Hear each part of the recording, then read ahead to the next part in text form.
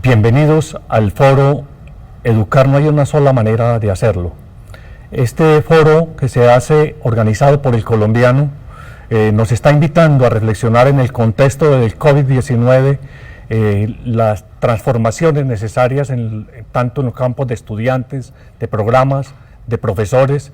Es el gran reto que tenemos en el día de hoy y vamos a empezar con la presentación de los panelistas que estarán en este foro.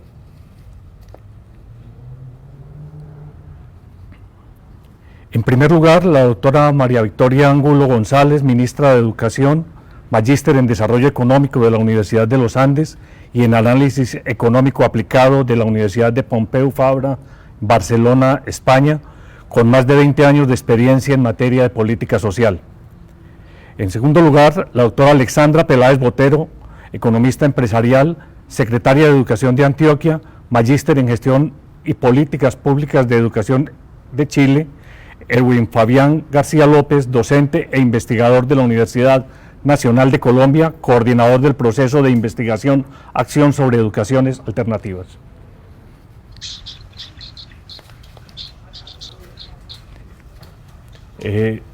Bienvenidas, señora ministra, señora secretaria de Educación, profesor Edwin, bienvenidas a este foro. Vamos a empezar a hablar un poco de los retos que vamos a afrontar tanto en este periodo como lo que pasará en la pospandemia. Lo primero es que ustedes, en los cargos que desempeñan de alta responsabilidad, les ha tocado una dura gestión en estos meses del COVID, y es muy importante que la ciudadanía conozca cuáles son esos puntos críticos, esos puntos problemáticos, pero también cuáles son aquellas ventajas que tenemos en educación y que ustedes han avisorado desde los cargos que ocupan. Doctora María Victoria, tiene la palabra.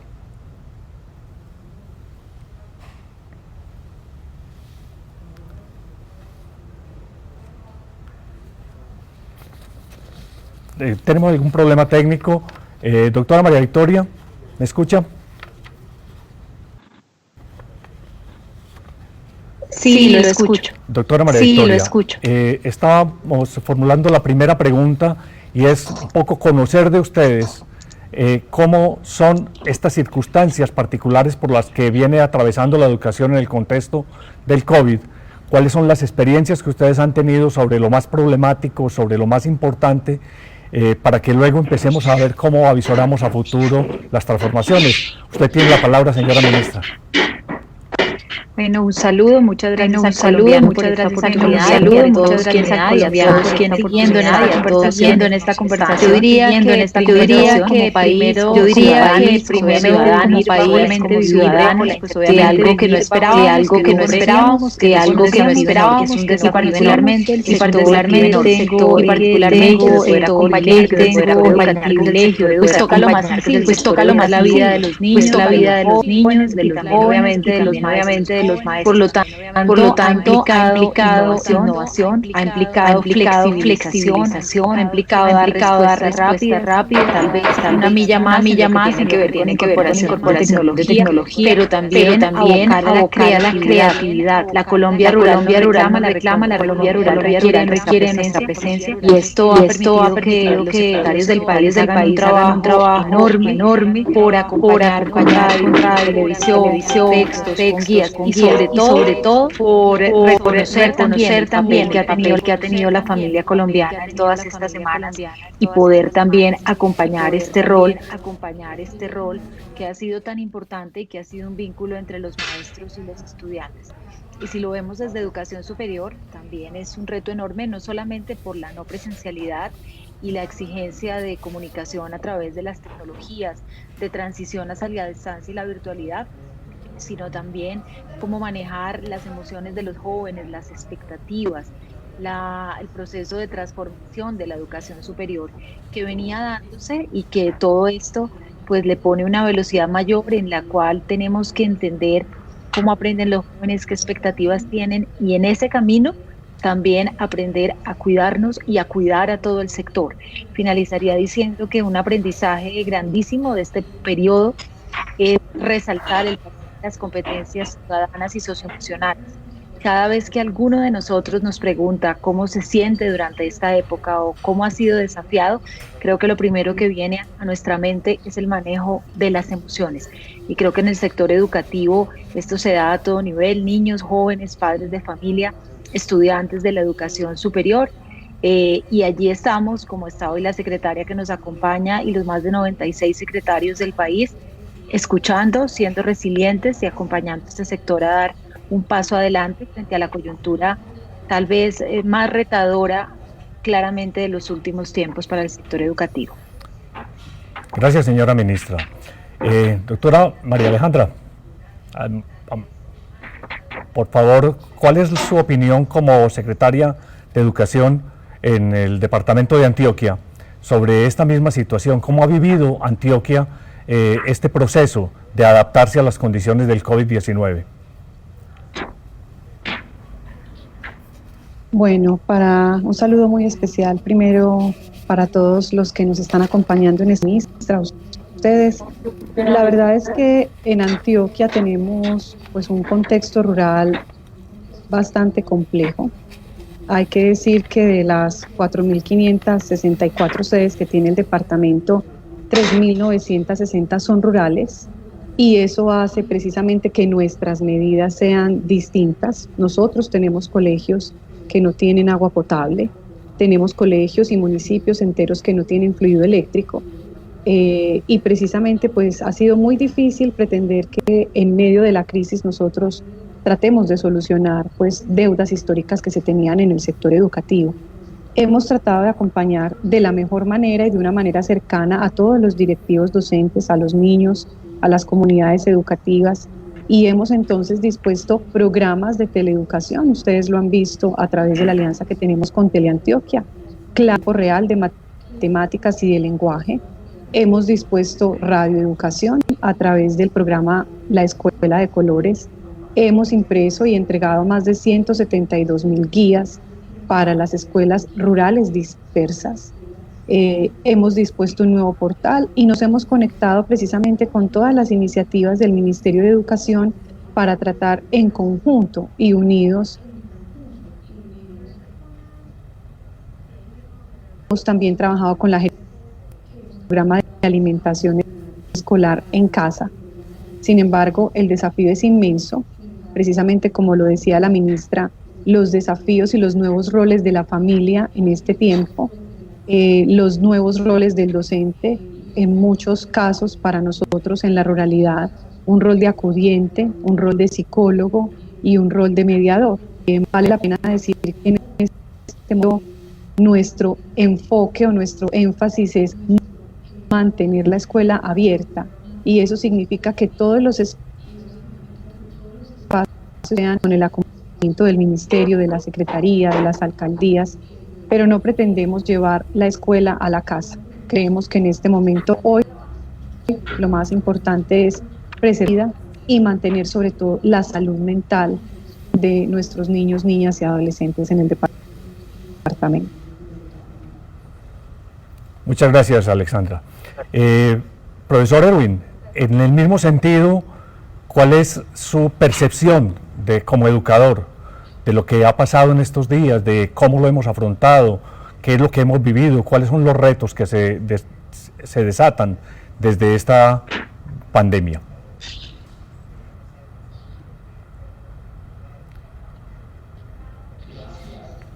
Gracias por la invitación y quizás lo que han dicho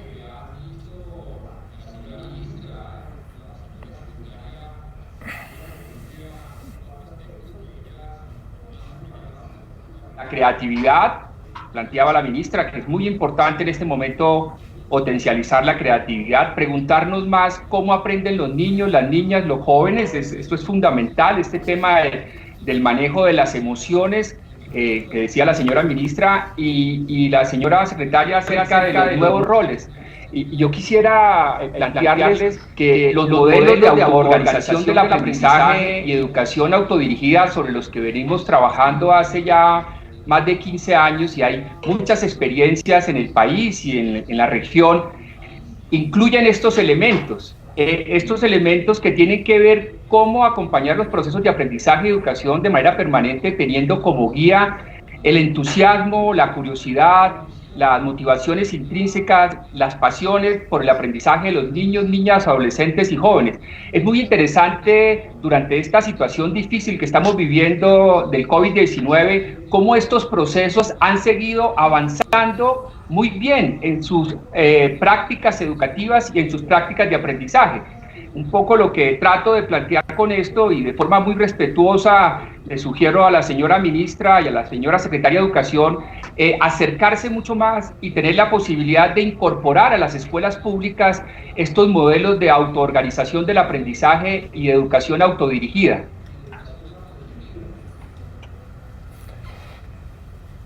Muy bien. Muy importantes las apreciaciones. Le recordamos a que nos acompañan desde los medios desde los distintos medios sociales, los invitamos a que nos hagan preguntas, hagan aportes a través del hashtag numeral Educación Hoy Es. En esta perspectiva que ustedes han planteado, hay unos temas que tienen mucho que ver con la equidad. Ya lo han mencionado, diferencias muy grandes entre lo que pasa en las grandes ciudades, lo que pasa aún al interior de las grandes ciudades entre distintos sectores, pero sobre todo lo que pasa con el campo. Eso implica que en este intento de mirar esas distintas alternativas en educación para salir de estos momentos de crisis, se nos hace muy importante conocer ustedes cómo miran a nivel país, a nivel Antioquia, cómo miran las condiciones para mejorar la equidad en educación, en el acceso a educación en las distintas vías. Para la población es muy importante saber cómo vamos a hacer para que la educación efectivamente sea una vía para romper con la inequidad y no una reproductora de la inequidad. Señora ministra, ¿cómo ve el asunto a nivel nacional para resolver todos estos problemas de la equidad que tienen que ver con problemas tecnológicos, con dificultades de equipo, con maestros no formados para el efecto, que tiene que ver con el acceso a las redes, a Internet? Sobre esto, ¿qué tanto se ha avanzado y cómo lo ve usted a futuro? Bueno, gracias. Yo le respondería en dos sentidos. Primero, frente a la coyuntura, porque hay que tenerlo muy presente al momento de tomar las distintas medidas que nos permitan el cuidado, la prioridad de la vida, la salud, pero también de ir reactivando el sistema. Y en segunda instancia, la equidad en un sentido más amplio como sistema educativo, que ha sido una de las por tanto por el partido, el rol que juguemos sumar, porque a veces lo que marca un efecto diferenciador en generaciones de jóvenes. Al momento, sobre la realidad que nos acompaña, yo creo que, como bien decía la secretaria, tenemos que tener muy presentes la diversidad en los contextos, lo rural y lo urbano, y las dinámicas mismas que podemos tener en Amazonía o en Antioquia o en la costa atlántica. Por eso, para el proceso de definir los momentos donde con la entidad territorial comencemos nuevamente a generar los protocolos para encontrarnos presencialmente, pues tenemos que tener muchos factores de realidad que acompañan a las familias para tenerlos en cuenta dentro del proceso. Allí hablo de los protocolos en materia de cuidado, en materia de salud pública, en materia de higiene, pero también hablo de que en los tiempos o en las semanas de volvernos a encontrar, cómo lograr acompañar adecuadamente a los maestros y a los estudiantes, sobre todo con un enfoque de brechas de aprendizaje. Cuando nos preguntan mucho sobre lo que han sido estas semanas, yo sé que cada familia tendría una narrativa de esta semana y, como decía, han jugado un papel fundamental. ¿Y qué decir de los maestros, que hacen todos los días de la mejor forma diversas innovaciones para poderse conectar con estas familias? Entonces, lo primero es definir dónde están estas brechas de aprendizaje que pueden haber generado claramente estos meses. Estos meses tenemos dos fenómenos que están allí y que tienen que ser la obsesión del ministerio, de los secretarios de educación y de los maestros: la deserción y estas brechas de calidad. ¿Por qué la deserción? Porque la realidad económica afecta el devenir de las familias, afecta sus dinámicas y obviamente también afecta decisiones de permanecer en el sistema educativo. Mencionaba la secretaria el esfuerzo tan grande que hemos hecho alrededor del PAE, cada entidad territorial, entendiendo las dificultades de transformarnos en un PAE en casa. Entonces, ¿cómo entender la realidad de cada familia? ¿Cómo instarlos con búsqueda activa, como se denomina en el sector educativo, pero sobre todo con distintas estrategias que nos permitan retornar a la escuela, que nos permitan reducir las tasas de deserción que están allí a la vuelta de la esquina de la conversación por todo esto que está ocurriendo? Y por otro lado, cómo hacer que de la mano del ICFES, de las secretarías, de nosotros, de los colegios, con programas como Todos Aprender, pero además con unos instrumentos que estamos diseñando, con un sistema de información que vamos a poner a disposición de las secretarías, tener todos los maestros información, más no se da durante unos meses, tenemos que hacer un esfuerzo muy grande este segundo semestre del año, también el año, por seguir dando las distintas expectativas de aprendizaje.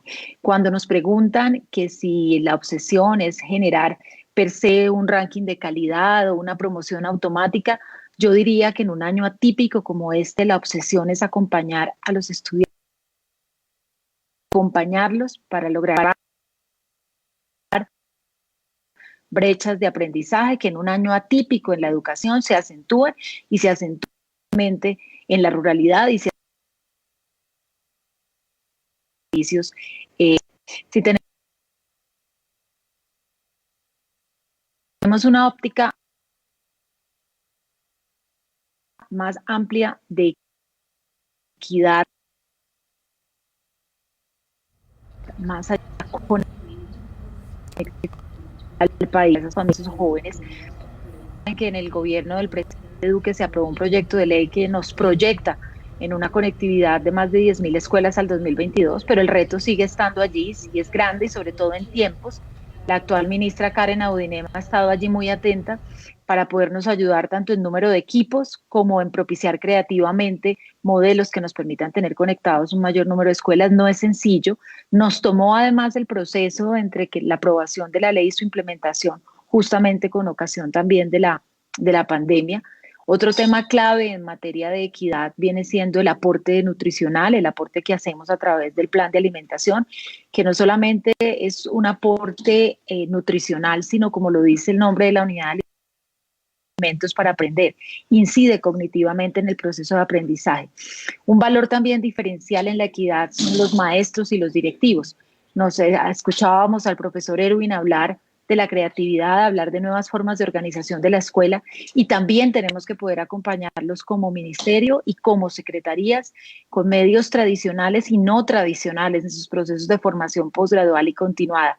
Siempre se ha abierto un debate sobre la relevancia, si es solo la formación posgradual quién es el mejor o la mejor guía y referencia, o la formación continuada. Yo creo que es una combinación de las dos, porque acompañar al docente en aula, que es el lugar donde ocurren las grandes transformaciones, también le permite entender los perfiles de los 20, 25, 30 niños que tienen. Son 30 historias de aprendizaje, todos los temas relacionados con inclusión educativa, que es reconocer y atender la diferencia, tal vez el desafío más grande del sistema. No solamente estoy hablando con ello de necesidades educativas especiales, sino estoy hablando del mismo proceso de reconciliación y reencuentro, estoy hablando de toda nuestra riqueza étnica y cultural, estoy hablando de las migraciones, estoy hablando de todos los fenómenos que hacen que estas historias individuales expliquen o den cuenta del proceso de aprendizaje de cada niño. Y finalmente, ambientes de aprendizaje, lo mencioné al comienzo de la conversación cuando la secretaria hablaba de las carencias en lo rural y hablaba de carencias de un periodo histórico importante, que obviamente uno como dirigente no las desconoce ni mucho menos, le toca ponerle unos sentido de realidad para ver uno qué es capaz de hacer en un periodo, en un mandato de gobierno, porque son pues referencias de servicios públicos, bienestar, comunicación, vías que interconectan, y luego pasamos a lo que nos toca diariamente, que es la infraestructura educativa. Sedes que pues durante tiempo no han recibido mejoramientos. Ha habido una última línea de los últimos años de construir nueva infraestructura. Yo creo que nos toca lograr un equilibrio entre nueva infraestructura y mejoramientos. Los mejoramientos sobre todo son muy requeridos en la zona rural, donde estaban estas inequidades manifestadas por la secretaria. En suma, trabajar o abordar la educación es avanzar en equidad.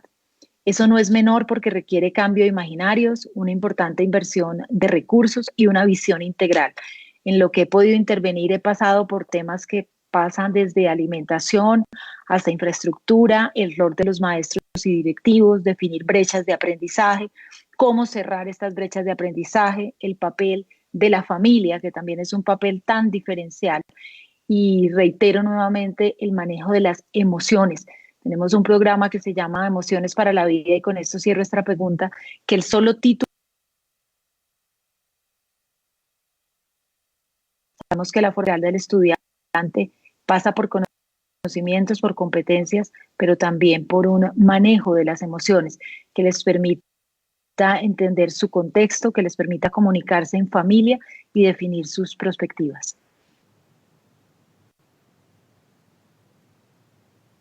Excusas porque hemos tenido algunos problemas en el audio, pero vamos adelante.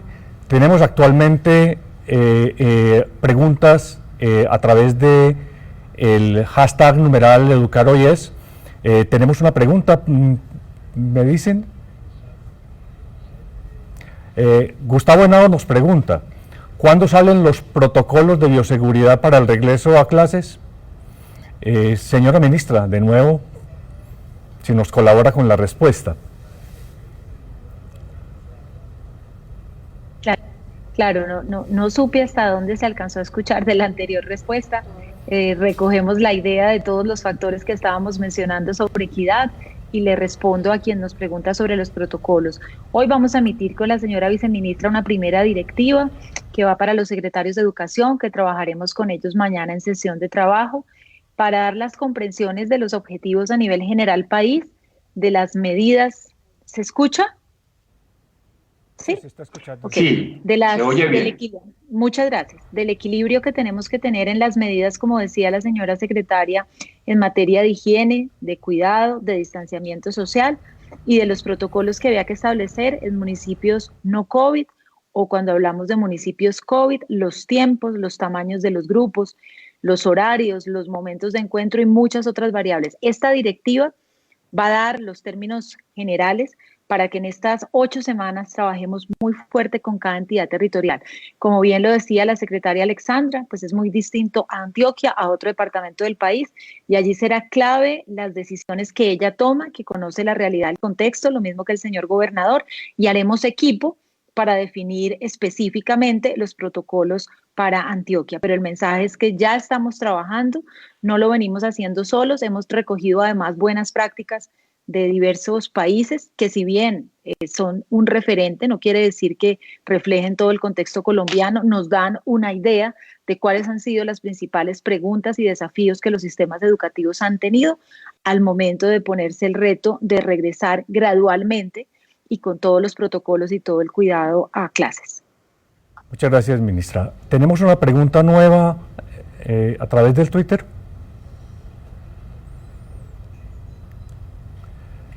Pablo Andrés Taborda Erazo, muchas gracias por intervenir. ¿Qué es enseñar, aplicar métodos a los niños o estudiar al niño y aprender de él? Profesor Erwin, ¿qué nos dice usted al respecto? Gracias. Estamos viviendo es también una gran oportunidad para tomar propuestas sobre pensar la educación también de otras maneras. La educación no puede seguir siendo solo escolaridad obligatoria. La educación no puede seguir siendo solamente enseñanza obligatoria. La educación no puede seguir siendo solamente tareas obligatorias. Si nos ponemos a atender más las necesidades de los niños, si, como dice la pregunta, podemos fijarnos más en estudiar a los niños, niñas, adolescentes y jóvenes y darles la oportunidad que sean sus iniciativas, sus entusiasmos verdaderas, son motivaciones intrínsecas, las que dirijan principalmente el proceso de aprendizaje y educación, nos vamos a con los mejoramientos de la calidad y la reducción de la brecha educativa que se está generando en esta situación que estamos viviendo, como dice la ministra. Además, estos modelos de autoorganización del aprendizaje y educación autodirigida que consideramos que sea muy importante llevarlos a las escuelas públicas también, donde la familia participa activamente, como lo ha dicho la señora ministra y la secretaria de Educación de Antioquia, las familias se convierten en unos participantes activos y proactivos de ese acompañamiento permanente de la dimensión emocional y cognitiva de los niños, adolescentes y jóvenes. Entonces, efectivamente, como lo plantea la pregunta, necesitamos estar más atentos, estudiar cuáles son los entusiasmos, cuáles son esas motivaciones intrínsecas en torno a las cuales podemos día a día ir acompañando el aprendizaje y la educación potencializada de todos estos jóvenes. Muchas gracias, profesor. Doctora Alexandra, ya la ministra ha dado un anuncio importante y es la forma como se van a establecer estos protocolos atendiendo a las condiciones particulares en cada sector. Esa me parece que es un aspecto importante, sobre todo en regiones donde existen unas diferencias tan grandes. Ya usted estuvo en Medellín y sabe lo que es Medellín, una ciudad con grandes divisiones, pero ahora está en el departamento de Antioquia, en donde siempre el mito de cómo financiar la última milla en redes para que haya un real acceso a al Internet y para muchas cosas, no solamente en educación, sino en muchas otras cosas. ¿Usted cómo lo ha sentido actualmente en Antioquia eso? Y le voy a pegar una preguntita adicional. Señora ministra y doctora Alexandra, ¿será posible que en este propósito de terminar el 2020 y hacer el 2021 existan calendarios distintos por regiones? ¿Habrá algún tipo de libertades para que de acuerdo con las condiciones se manejen calendarios diferentes? Doctora Alexandra primero y luego la señora ministra. Sí, muchas gracias. Yo soy partidaria siempre de ver las situaciones más como oportunidades y desafíos, y creo que este momento nos ha permitido, digamos que ser mucho más conscientes de las inequidades, pero abordarlo de manera integral y de darle una mejor cara y ofrecer mejores oportunidades futuro y seguir permitiendo que nuestros niños y niñas sueñen en el territorio. Quiero hacer el plan de desarrollo fue aprobado por unanimidad en el primer debate. En el plan de desarrollo precisamente se mantienen unas estrategias diferenciadas, una de ellas muy importante, no diría que es el todo, pero que podamos conectar el 100% de nuestras instituciones educativas en el departamento. Fue una gran apuesta del señor gobernador en el plan, serán 100.000 millones de pesos, denominado Unidos a un clic. Eso significa que vamos a tener conectados los 40 parques educativos, las 9 ciudadelas, las 441 sedes urbanas y las 3.600 sedes rurales dispersas que tenemos en el departamento, y abrirá muchísimas oportunidades, pero realmente implica un mayor acompañamiento de familias. En tanto muchos de nuestros niños pues no conocían precisamente también sociales o al Internet, y por eso es tan importante una correcta mediación de nuestros maestros y de las familias. Decirles que, por supuesto, en Antioquia, al ser un territorio pues rural, también nos ofrece muchas bondades, y dentro de esas bondades están precisamente que tenemos hoy municipios no COVID. Hoy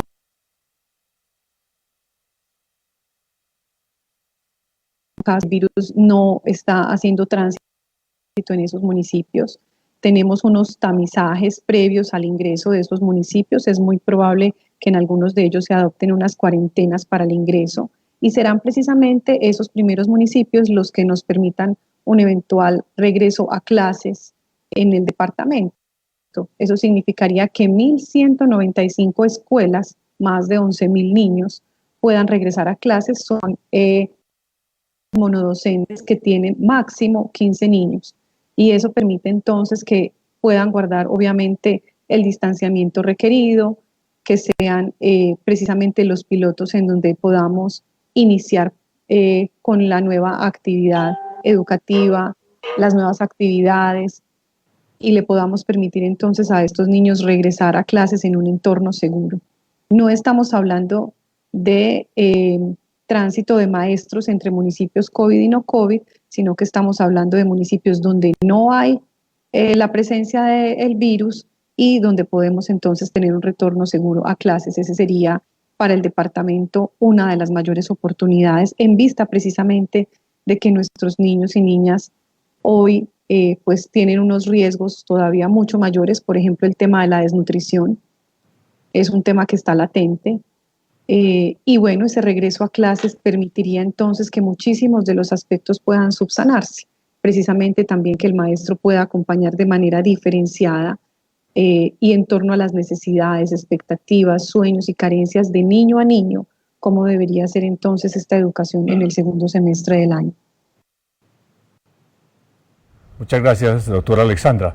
Señora ministra, con respecto a calendarios regionales y demás, ¿habrá alguna posibilidad de manejo de distintos calendarios en el país?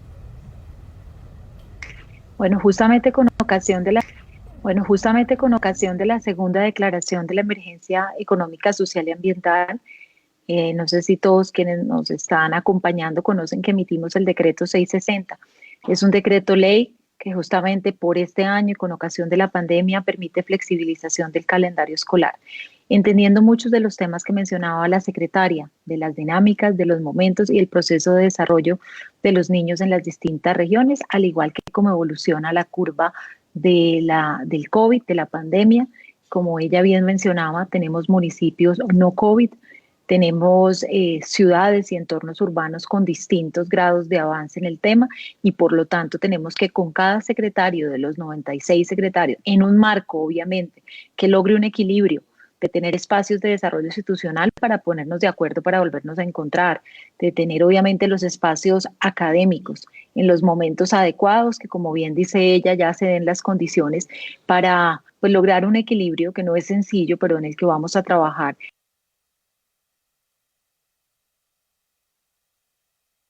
Territorial, las propuestas de esos calendarios muy de la mano los protocolos que mencioné previamente y la acción de los directivos.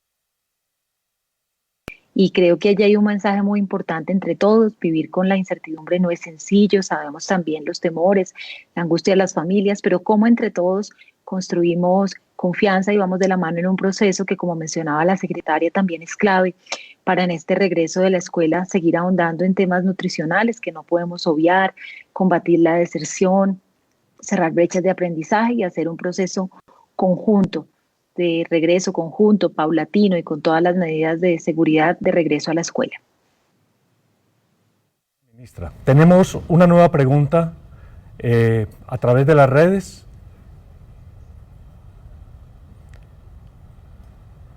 Para la ministra, no se identifica, para la ministra y secretaria de Educación, ¿qué medidas están tomando y tomará el Gobierno Nacional y la Secretaría de Educación con respecto a la salud mental de los docentes? Los niveles de estrés y ansiedad causarán consecuencias graves a mediano plazo. Muchas gracias a quien nos envió esta pregunta. Señora ministra, ¿tenemos algo al respecto? Bueno, sí, de nuestros. Y con de la celebración del maestro hablamos con el señor presidente un proyecto que se llama Conto Maestro, aplicaciones fáciles que tienen no solamente formación innovada en temas académicos, sino que sobre todo busca también trabajar temas de vista salud con los docentes. Igualmente, dimos inicio a la escuela de liderazgo, un sueño, conoce la Secretaría de Tiempo. Creo siempre que la formación y el acompañamiento a los doctores, a los líderes de la educativa es fundamental. En la escuela, discutir con los colombianos de mayo, tener formación situada, va a tener formación posgradual, va a tener formación en línea, y si me pregunta cuál es la marca de diferencia de este espacio para directivos, es abordar temas socioemocionales, temas de coaching y bienestar. Antioquia siempre ha sido pionera, Antioquia y Medellín, en entender compas como ser más maestros, cuando a rectores, líderes, mayores y muchas otras versiones de apoyo a salud mental, que también me refiere para eso. Yo creo que tiene que ser un tema muy importante de la agenda de la misión de los maestros y directivos.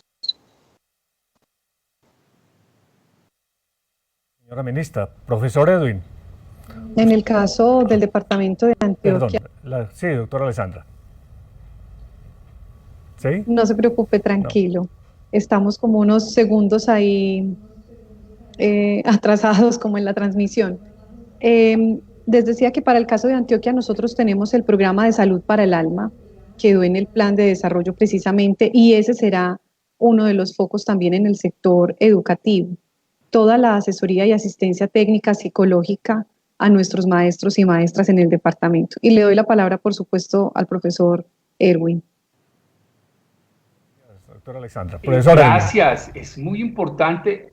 Gracias, muy amable. Sí, este asunto de la salud mental y emocional de los profesores y las profesoras es fundamental. Lo mismo que la salud mental y emocional de las madres y padres y de las familias. Es un asunto clave en estos modelos de aprendizaje autoorganizado y educación autodirigida, porque es la posibilidad, como ya lo han dicho la ministra y la señora secretaria, de reducir esa brecha.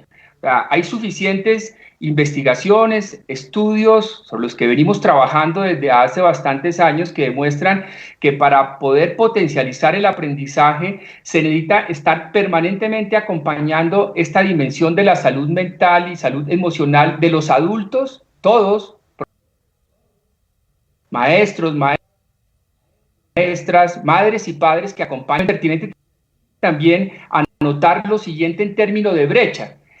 La brecha que se está generando también tiene que ver con la brecha digital. Como todos sabemos, la brecha digital tiene principalmente dos aspectos a tener en cuenta, entre otros. Uno es el acceso a la tecnología digital, y el otro es el de la apropiación, Y no necesariamente teniendo acceso a las máquinas digitales se genera el proceso de apropiación, y eso tiene que ver nuevamente con lo que hemos venido planteando en torno a el entusiasmo de los niños, niñas, adolescentes y jóvenes, sus motivaciones intrínsecas verdaderas por el aprendizaje.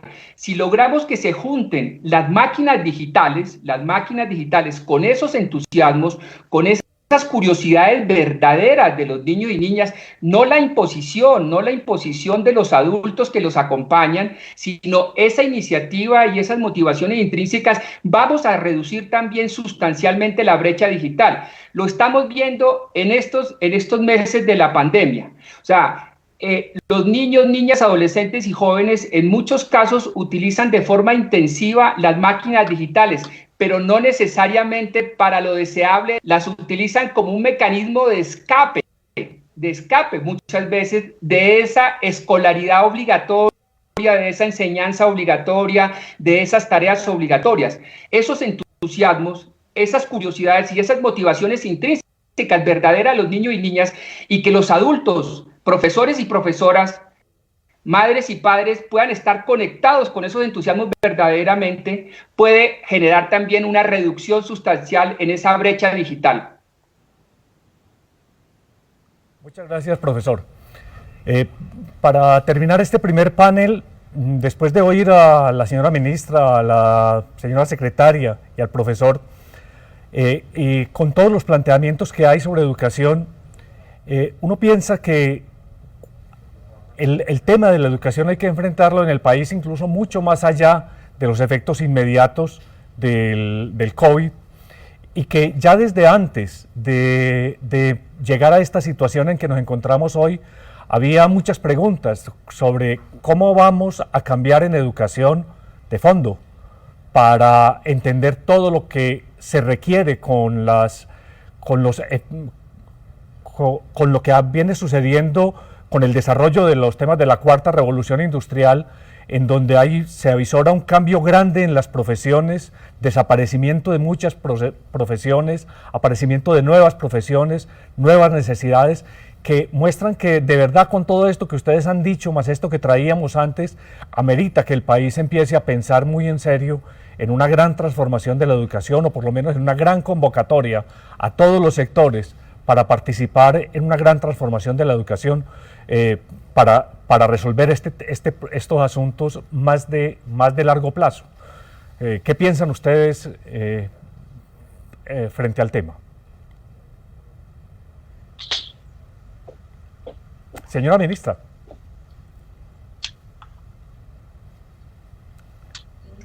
Bueno, pues yo creo que lo que usted ha mencionado es tal vez la lectura en positivo que quienes trabajamos en educación le damos a lo que estamos viviendo.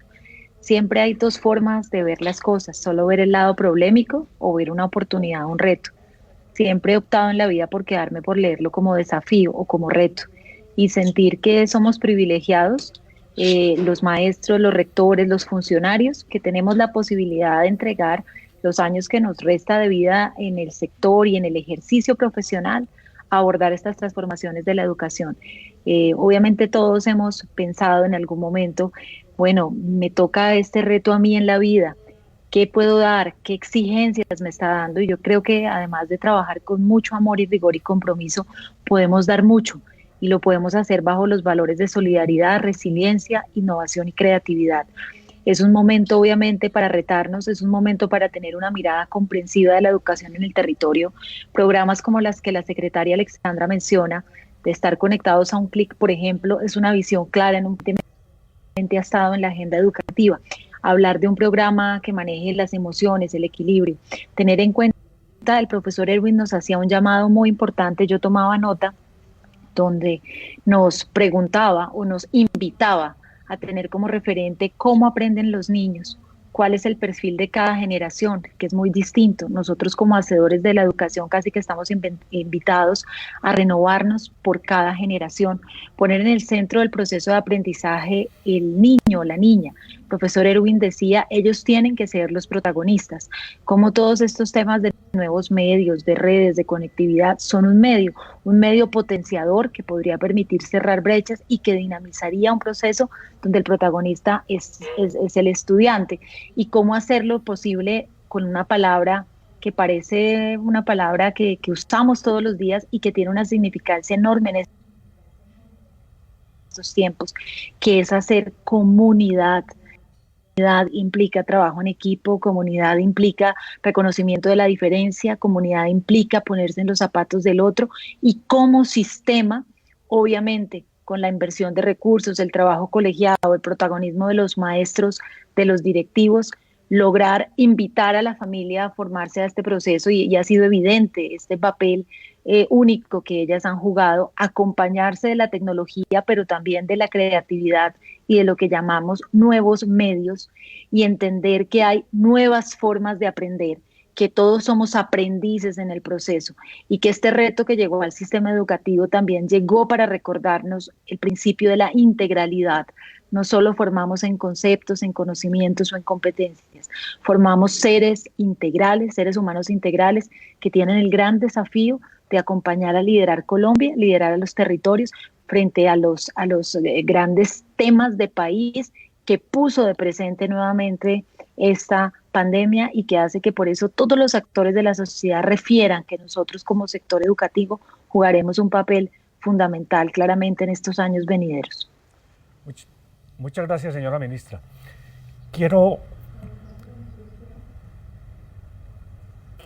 agradecerles mucho a la señora ministra, a la secretaria de Educación del departamento, al profesor Erwin, por esta presencia tan importante en este foro. Vamos a ver enseguida un video realizado